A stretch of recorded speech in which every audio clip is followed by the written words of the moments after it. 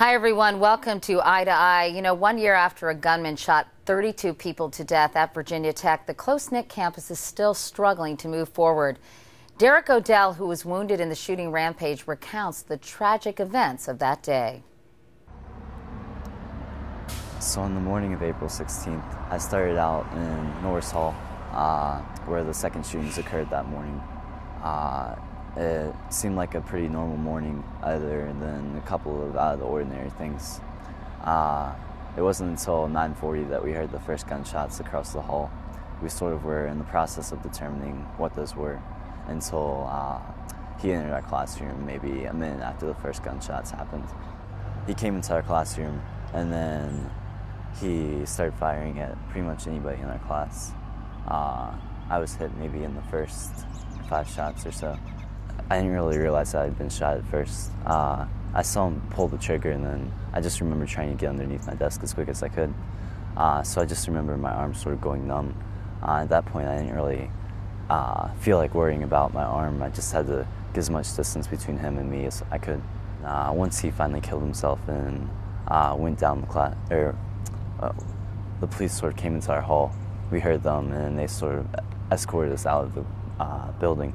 And I came through this door right here and sprinted across the grass down to an ambulance.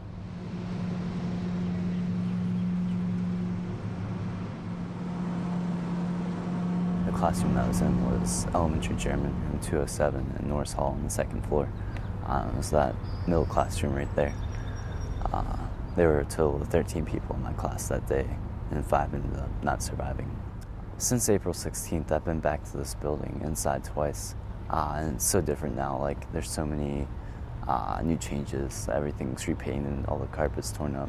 So pretty much a whole remodeling of the building. There's no real visual evidence of what took place on April 16th. But being back by this building, it's not really an uneasy feeling that I have. I've been back by here probably a couple of 100 times at least since I've been here. I'm a junior now, so just walking by campus every day is not really a challenge. It's more comforting in a way to be back by this building and to hopefully be by those classmates who were killed that day.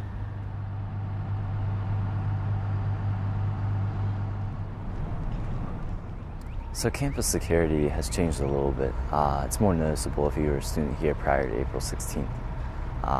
There's definitely been changes as far as security protocols go. There's new door handles so that none of the doors can be changed shut again like they were on April 16th. You definitely see an increased police presence, but not overbearing. It's not intensive in a way that you would get tired of it after a while. Nicole White was one of the people killed in my class, one of the 5, including our professor. And there were 32 total. The most casualties coming from the French classroom, which was just down the hall from ours. In total, there were 5 professors killed on that day, 4 from the classrooms on our floor, and the 5th professor came down from the top floor. My professor was just an amazing person, Jamie Bishop, or Christopher James Bishop.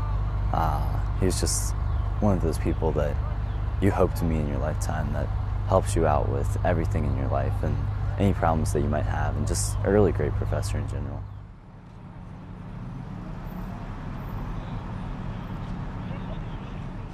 It's definitely been a journey as far as healing goes. Emotionally, it's been a lot more difficult than the physical healing. I was shot in my upper right arm. There's no real damage other than just tissue and muscle.